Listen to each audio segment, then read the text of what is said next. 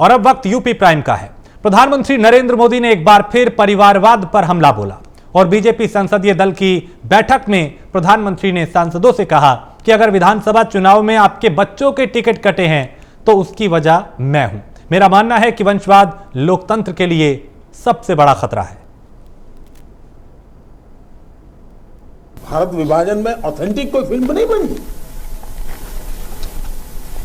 और इसलिए इन दिनों आपने देखा होगा कश्मीर फाइल फिल्म की चर्चा चल रही है और जो लोग हमेशा फ्रीडम ऑफ एक्सप्रेशन के झंडे लेकर के घूमते हैं वो पूरी जमात बौखला गई है पिछले 5-6 दिन से।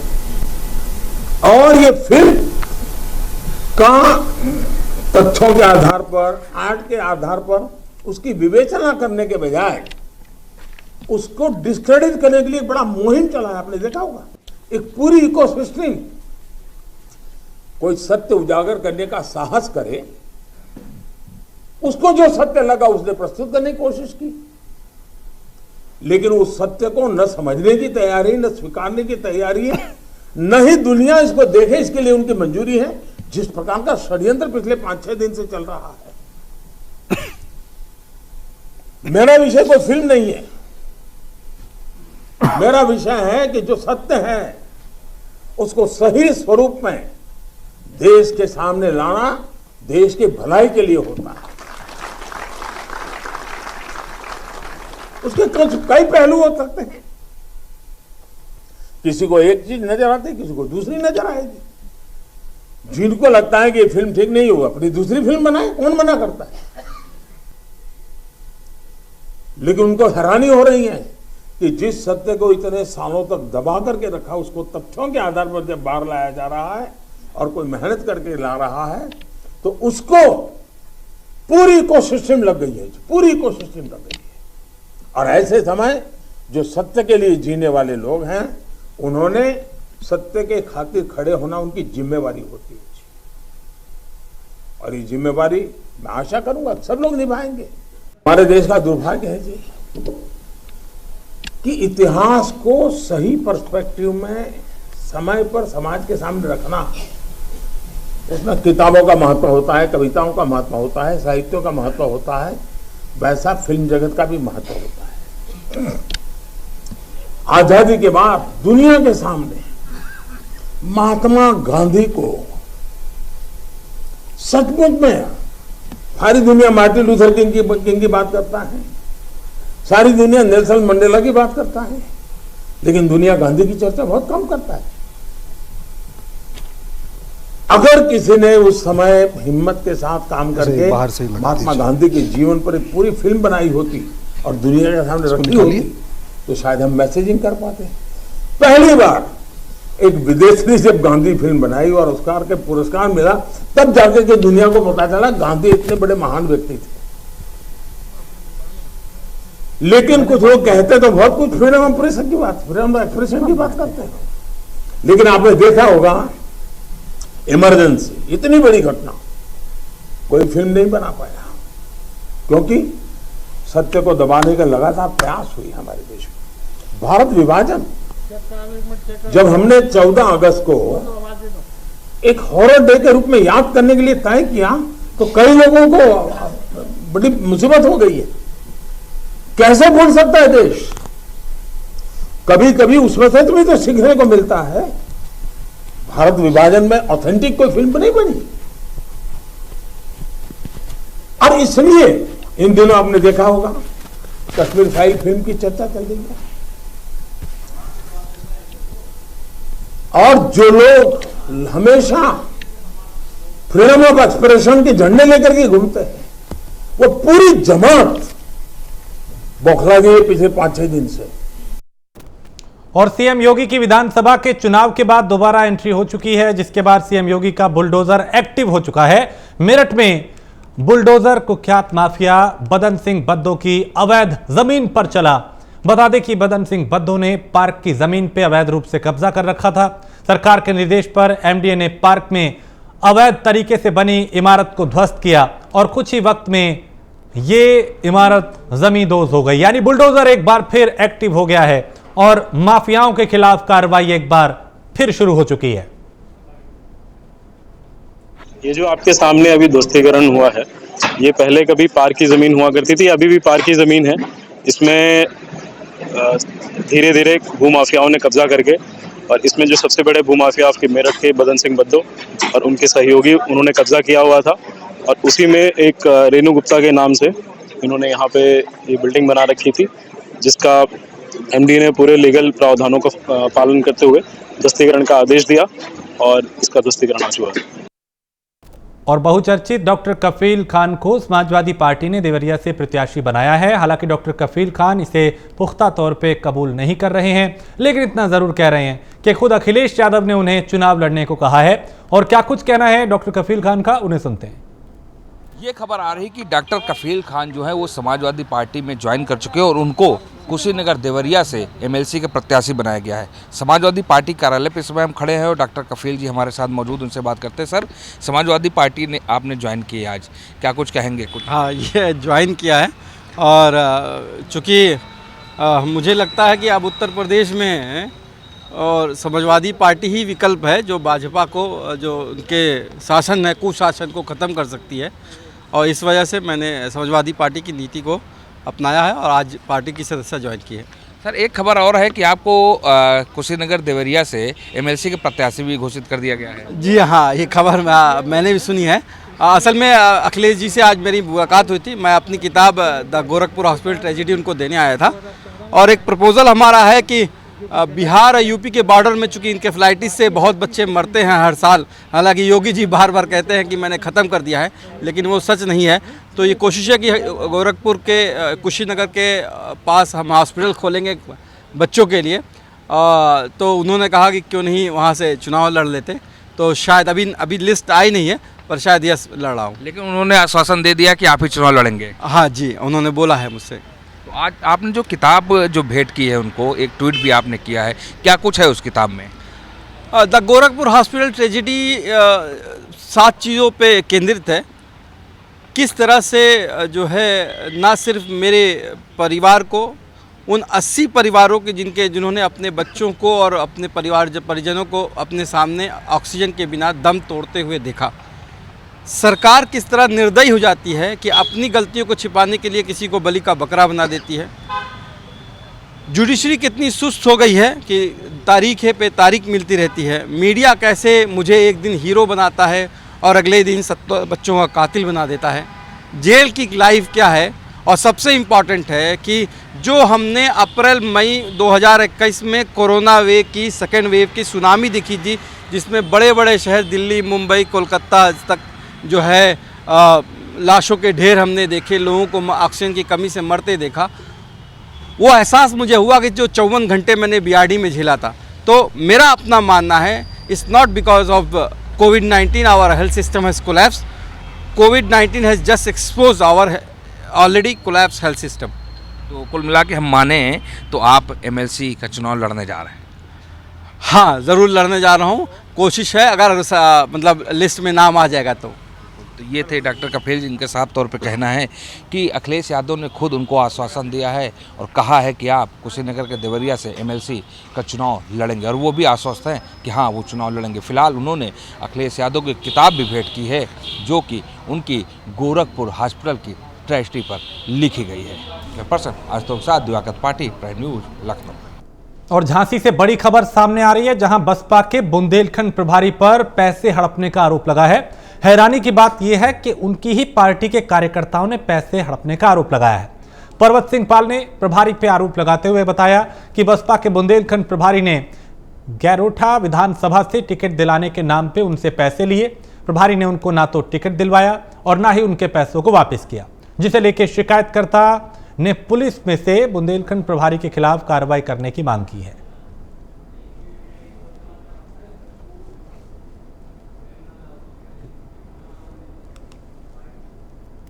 यहाँ के जो बुंदेलखंड प्रभारी लालाराम अहरवार, जयपाल अहरवार, पूर्व जिला अध्यक्ष सानू अहरवार, सानू मुस्लिम समाज से हैं और महानगर के अध्यक्ष हैं। बहुत ये प्रभावशाली व्यक्ति हैं।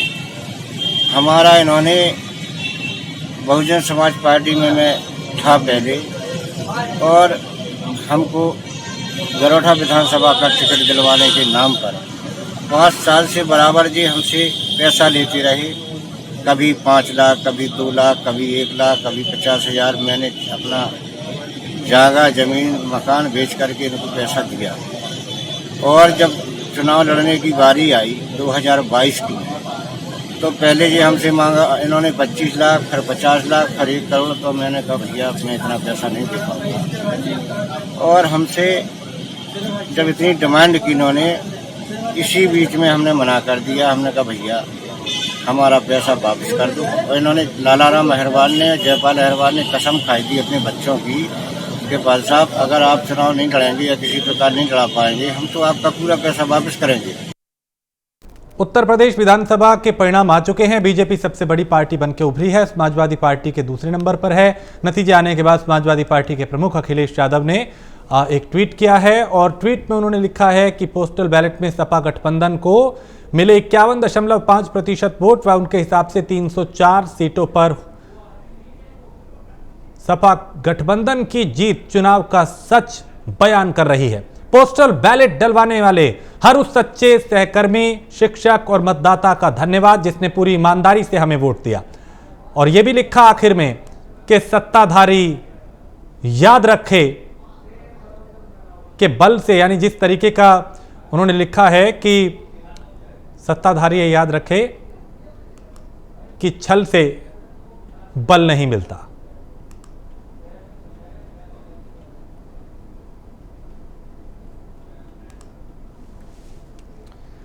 तो 4 राज्यों में बीजेपी की प्रचंड जीत पे प्राइम न्यूज संवाददाता स्नेह कमल ने भारतीय जनता पार्टी से राज्यसभा सांसद जफर इस्लाम से बात की। उन्होंने क्या कुछ कहा, उन्हें सुनते हैं। सभा सांसद जफर इस्लाम जी, सबसे पहले 4 राज्यों में जो आपको भारी जीत मिली है, उस जीत की ढेर सारी शुभकामनाएं। धन्यवाद, बहुत बहुत धन्यवाद आप लोग को।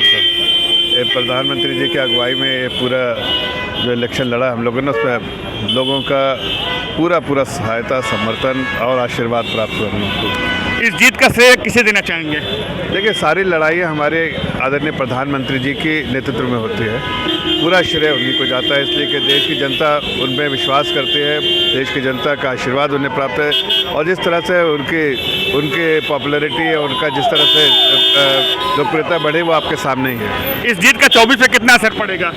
देखिए, 24 हर इलेक्शन हमारे लिए एक इलेक्शन है, तो फाइनल मैच की तरह होता है। हर इलेक्शन को हम उसी तरह से लड़ते हैं। उस इलेक्शन को भी उस पूरी दमखम और इतनी ताकत है भारतीय जनता पार्टी को, उससे लड़ेंगे। लेकिन जिस तरह का विश्वास प्राप्त हुआ, उससे पूरी उम्मीद है कि हमें कोई कठिनाई का सामना नहीं करना पड़ेगा। प्राइम न्यूज़ में बहुत बहुत धन्यवाद। देखा आपने, ये थे भारतीय जनता पार्टी के राज्यसभा सांसद जफर इस्लाम।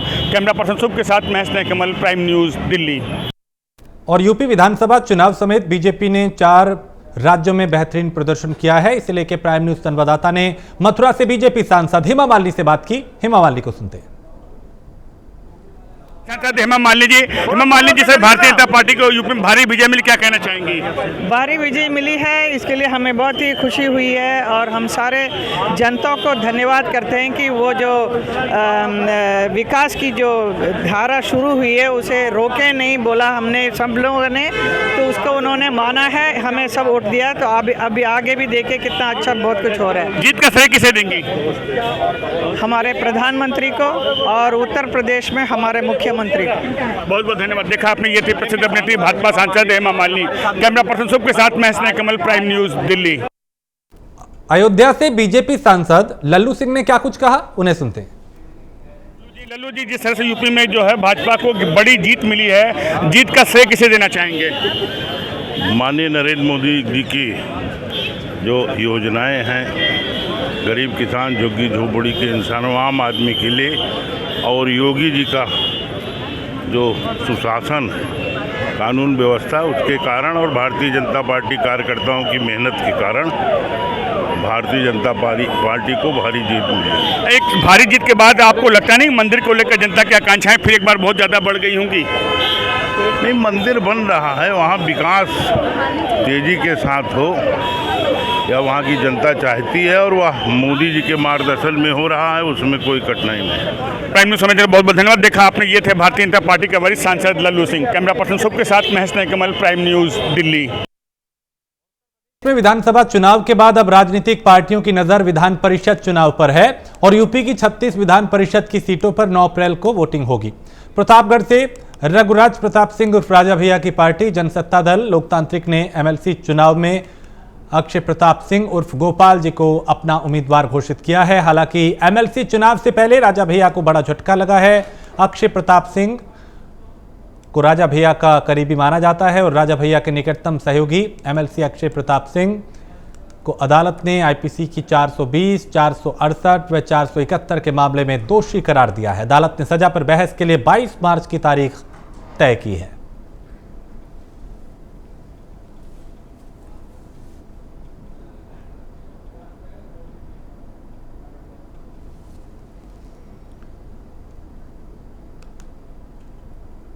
शामली में गन्ना अधिकारी और जिलाधिकारी ने गन्ने के भुगतान को लेकर बैठक का आयोजन किया। डीएम ने सभी चीनी मिल मालिकों को गन्ने का बकाया भुगतान को पूरा करने के आदेश दिए। डीएम ने बैठक के दौरान कहा, होली का त्योहार देखते हुए किसानों के गन्ने का भुगतान कर दिया जाए ताकि किसान त्योहार अच्छे से मना पाए। नया गन्ना सीजन का भुगतान जो है पिछले महीने से शुरू कर दिया गया था, बट अभी पेमेंट कम है। इस वजह से तीनों मिलों को बुलाया गया था आज मीटिंग के लिए।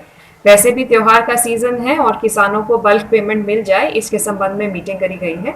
जो इन्होंने पेमेंट बताया है वो थोड़ा अनसेटिस्फैक्ट्री है, इस वजह से इन लोगों को अभी बिठाया गया है और इनसे हम लोग बात कर रहे हैं कि ये पेमेंट ज़्यादा से ज़्यादा इस महीने का निकालें। मैम, ऊन शुगर मिल पे बात की जाए तो थोड़ा सा ज़्यादा मतलब भुगतान है, तो उसके खिलाफ क्या अलग से कार्रवाई की जाएगी या फिर डायरेक्शन अलग से दी जाए? ऊन की जो मंथली पेमेंट के हिसाब से पेमेंट किया है उन्होंने, वो 15 दिन के हिसाब से ठीक है, बट होली और त्योहार को देखते हुए हम लोग चाह रहे हैं कि ज़्यादा पेमेंट हो जाए। इसके लिए हम उनसे जो है बात कर रहे हैं, निर्देशित कर रहे हैं। मिर्जापुर में गरीब दलितों के मकान पे वन विभाग ने बुलडोजर चला दिया है। न केवल मकान पर बुलडोजर चलाया बल्कि 13 बीघा में खड़ी फसल को रौंदकर नष्ट कर दिया। पीड़ितों ने वन दारोगा समेत विभाग के सहकर्मियों पर आरोप लगाते हुए जिला मुख्यालय पे प्रदर्शन कर जिलाधिकारी से इंसाफ की गुहार लगाई।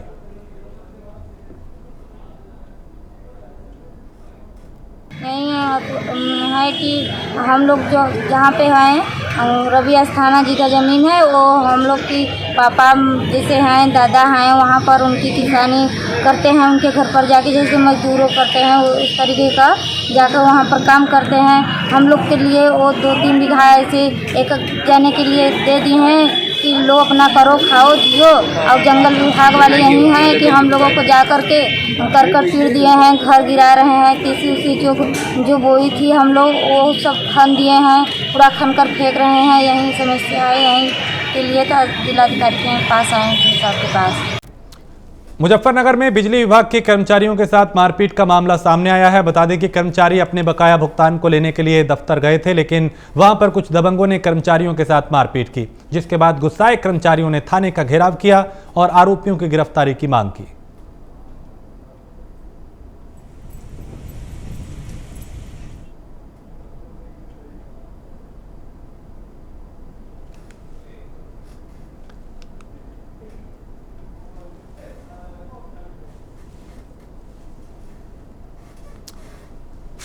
तो दबंगों के विभाग के कर्मचारियों के साथ यहां पे मारपीट हुई और अब ये गिरफ्तारी की मांग कर रहे हैं। और लखनऊ के मरियाव इलाके में श्याम बिहारी कॉलोनी में 12 मार्च को पत्तल व्यवसायी ऋषि गुप्ता के घर परिजनों को बंधक बना के लूट का पुलिस ने खुलासा किया है और पुलिस ने वारदात में शामिल 3 लुटेरों समेत एक नाबालिग को गिरफ्तार किया है। आरोपियों ने घर पे लोगों को बंधक बना के इस वारदात को अंजाम दिया था।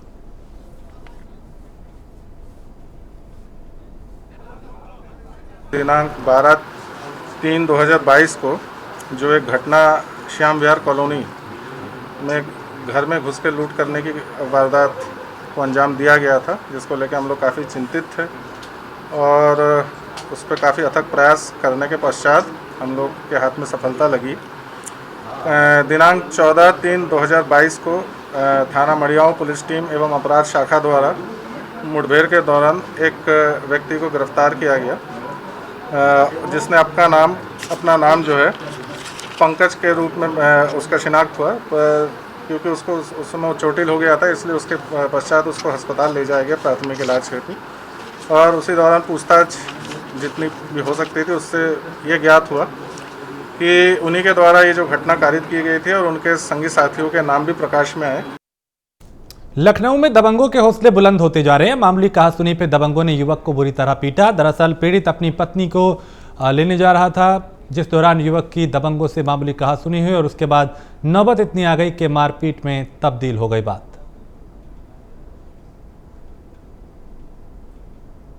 और ये पूरी मारपीट की घटना वहां लगे सीसीटीवी में कैद हुई है।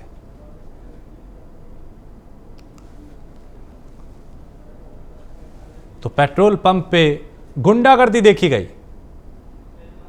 मारपीट की पूरी घटना वहां लगे सीसीटीवी में कैद हुई है।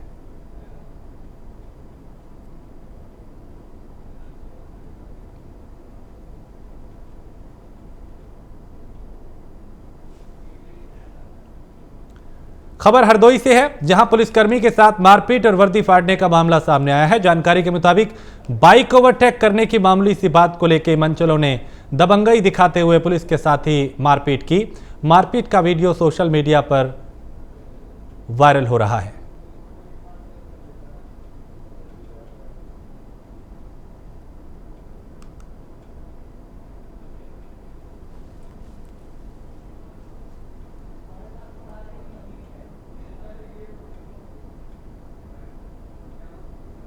संज्ञान में आया है कि 2 आरक्षी जो पीआरवी में हैं वो किसी इवेंट के लिए जा रहे थे बिलग्राम रोड पर।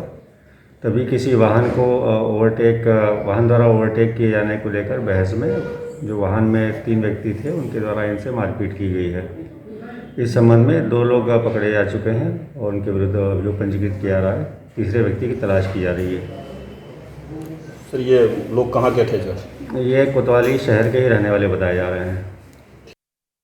खबर अमेठी से है, जहां पे हिंदू राष्ट्र घोषित करने के लिए नागा बाबा 12 दिन के लिए मौन व्रत रख के अनशन पे बैठे हैं। उन्होंने मांग पूरी ना होने तक अन्न जल की त्याग की है। नागा साधु बक्स गुरु महाराज ने मीडिया से रूबरू होते हुए बताया कि अपनी मांग को लेकर वो कई बार अलग अलग जगहों पे भू समाधि ले चुके हैं, लेकिन उनकी इतनी कोशिश के बावजूद प्रशासन ने किसी तरह की कार्रवाई नहीं की है।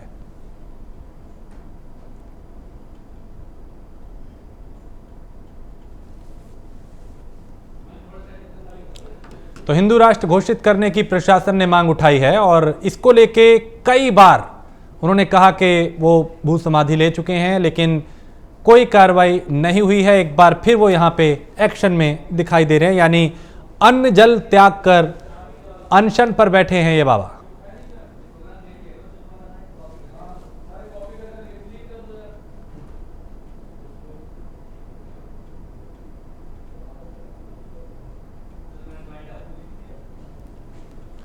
और इसी के साथ इस बुलेटिन में फिलहाल इतना ही। देश प्रदेश की बाकी खबरों के लिए आप देखते रहिए प्राइम न्यूज़।